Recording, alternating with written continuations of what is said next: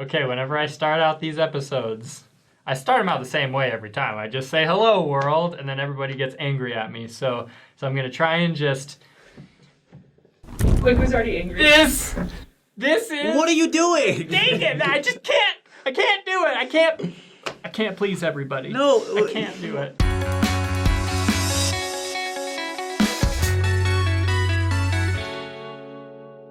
We've got Nathan with us today. Nathan lives in the Bay Area with his wife. He works in finance. Yep. Which sounds not very exciting to me, but awfully important because I know nothing about finance and I'm probably going to pay for it, no pun intended, in my future. But that's not the most interesting thing about you for this episode, the fact that you do finance. It's your amazing brain and your opinions, and you're going to share some stuff with us on this episode.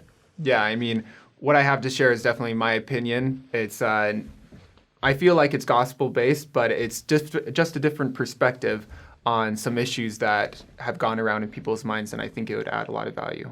So just to set you up here, a lot of people, a lot of faith crises in the church have to do with, contradictions of beliefs, or they'll dig up, old quotes from past church leaders, and they'll say, well, Brigham Young said this, but we don't believe that, we believe this. But he was a prophet, so we've got these contradictory statements. What do we do with that? Like, why would God allow these kind of errors or contradictions in the true church, Yeah. So what do you do with that? Yeah, that's a great question. So, in my opinion, kind of the basis and the reason why God allows for contradictions to exist within his church, because, like you said, whether you're in the church right now and you're thinking, why would God allow for some facts to not totally mesh together? Only works if all the little cogs mesh together. Or why would God allow for there to be contradiction in his true church? Doesn't God love us? Aren't we his children? Why would he allow us to have such a confusing environment and confusing facts in order to base our faith? But that's just it. Christ, when he taught while he was on earth, he didn't just give the answers to all the questions in an easy, spoon-fed kind of way. He gave his teachings quite often in parables and in metaphors. And when his apostles asked him, why do you teach in parables? He said, because he wanted the people who were willing and wanting to learn to be able to understand, but those who were not willing to dig in further and learn more and be true disciples in both deed and in heart to be the ones who could learn. So he gave it to them in kind of a complex form, a form in which you had to go and study and learn and ponder before you can understand the parable. So maybe you'd say, like, we know that opposition in all things is extremely important to God. Yeah. So maybe, and it sounds like Christ kind of left room for, opposition in his parables. It wasn't totally plain, and he used that opposition or that lack of understanding as a catalyst to push them to learn for themselves. So you're kind of suggesting that God leaves room for opposition even within his church, so we kind of can take that and use it as a catalyst to find the truth for ourselves. Yeah, exactly. When Christ taught in parables, there was broad swaths of people who would just walk away and not bother to learn more because the people at the time were so used to the laws being very straightforward. Thou shalt not murder, thou shalt not steal, thou shalt not commit adultery. But when Christ came and started teaching in kind of a complex way, they just wanted to walk away and say, okay, I don't understand that. That's too complex. I'm not going to read into it further. The people who were willing to understand would not understand it at first either, and they would think, okay, I don't understand what Christ is saying, but I feel it is important, so I'm going to look into it more. And you really build a good foundation of faith when you do that. Yeah, also, though, it's interesting because how far do you take it, right? So let's say if someone's like, yeah, I don't think there should be any contradictions in the scriptures.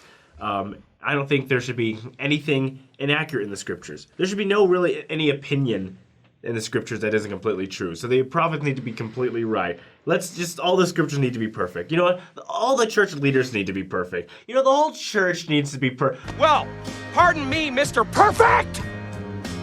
I guess I forgot that you never ever make a mistake! Well, if everything was perfect, there's no need for faith and there's no need to be here. So, I mean, you just take that. And there's keep going to the obviously next also step. the other end of the spectrum. Like, obviously, you can't have everything be a contradiction or everything be wrong as well. So it's about kind of finding that balance. It's about using faith. And the Spirit. Yes, you have to go by the Spirit. Well, it's amazing how the Spirit's incredibly important, right? The third part of the Godhead, but I feel like in all of Christianity, people ignore the Spirit a lot. You know, it's like no one wants to exercise the Holy Spirit, who is so important. It's like, I'll figure everything out myself. I got it all figured out. You don't need to go by your emotions or anything like that. You can just objectively know everything about the gospel, and you just can't. We have to be willing to accept that there are things we're not going to understand. This is an example. If you guys follow pop culture like I do, last week, a very famous YouTuber, it's going to connect, don't worry, it's going to connect. A very famous YouTuber named James Charles got put on blast. This is going to come out in a couple months, so it's going to be old news, but just, you get the point. He went put on blast, right? Everyone's bashing, everyone's attacking the guy, and then more information comes out, and then everyone changes their minds, right? So people form their opinions, people act on those opinions, people say this is what the facts are, we know what is true about a thing that happened like 4 days ago, and then they find out they're wrong and they completely change it. So let's take that and make it actually something that's important, and then make it like a couple thousand years old, and then translate it through a couple languages, and you're expecting perfection, and we can't even get what's perfect right what happened a week ago? There's a lot of things in this world where we are expected to make quick decisions and quick judgments and quick opinions of things, because the world in which we live with so much information, people want to pose it as just something that's very easily digestible. They want to pose things to you as facts, and they want you to intake it and believe it as quickly as possible. And I mean, that's what you'll see quite often on social media, whether you see an article posted that is bringing up unsavory points or contradictory points within the church or the church's history. The reason why those are outputted and the reason why they're phrased the way that they are is such that people can quickly look at them and make quick judgments that'll make you start to question your faith. However, like you talked about with Catalyst, that's the perfect moment in which maybe you see those types of things pop up. That's the perfect moment for you to realize, I don't understand everything. I want to understand more. And that's okay. It's okay that there are contradictions. It's okay that there are unsavory parts of church history, so that we could go and learn and be true believers, not only in deed, but in heart. Well, a lot of times what we've assumed to be contradictions are not contradictions. So oftentimes there are things we go, I don't think this makes sense. But with further study, you find out that it does connect. But oftentimes, the truth that the scriptures or the gospel brings are in opposition to a presupposition that you have. So if you just presuppose that something is one way, oftentimes it's just that which is not true. Oh yeah, like prophets are perfect. And then something contradictory comes along and you're like, wait a minute. Yeah, you go, okay, Brigham Young said this. Well, he can't be a true prophet because he's always supposed to be right. Well, why did you assume he's always supposed to be right? I don't know. Well, that's the first mistake, right? If you just have this presupposition that you just inherited from maybe some guy 5 years ago or something that someone told you, sometimes you have to do away with that. You just have to say, okay, this is the reality of a prophet. This is who they are. Whether it's Paul talking about women or Peter cutting people's ears off. Peter cutting people's ears off. Yeah, I mean, there's a lot of crazy stuff, right? But do not hold them to a level where they have to be infallible, and understand that there is nuance. In the search for eternal truth, it's not going to be handed to you with, buttered bread and a lemonade. It's going to be tough, and that's the way it's supposed to be. Speaking of bread, the bread of life, let's go back to Christ here for a second for an example. I thought you meant Grandma Sycamore. No. Definitely not Wonder Bread. Let's be real. That's not Wonder Bread either. But if you look at Christ, he purposefully did things that did not make sense. Yeah. Yes. Because I don't know if this is news to anyone, but scientifically, people cannot walk on water. Like, that's not a thing. Yes. Nor can they turn water into wine. They can't multiply fishes and bread. Like, Christ did these things to show, look, I can do the things that you didn't think could be done.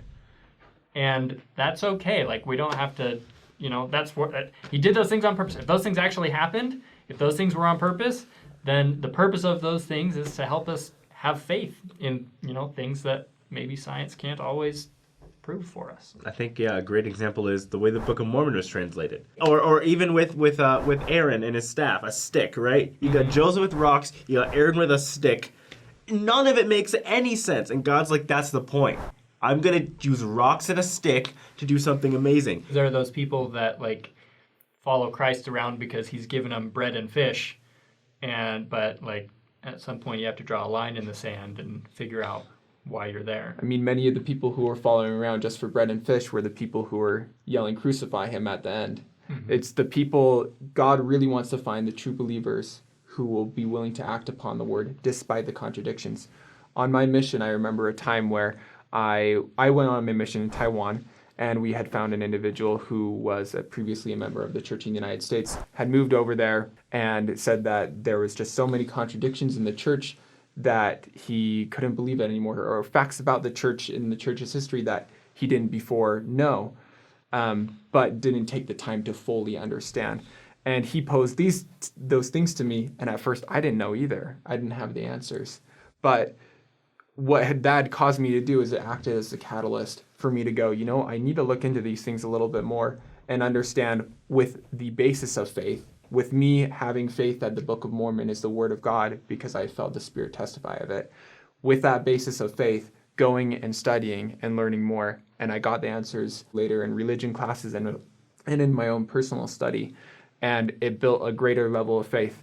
Essentially, you have to think, well, if Christ wanted contradiction in his church, well, what would be the opposite?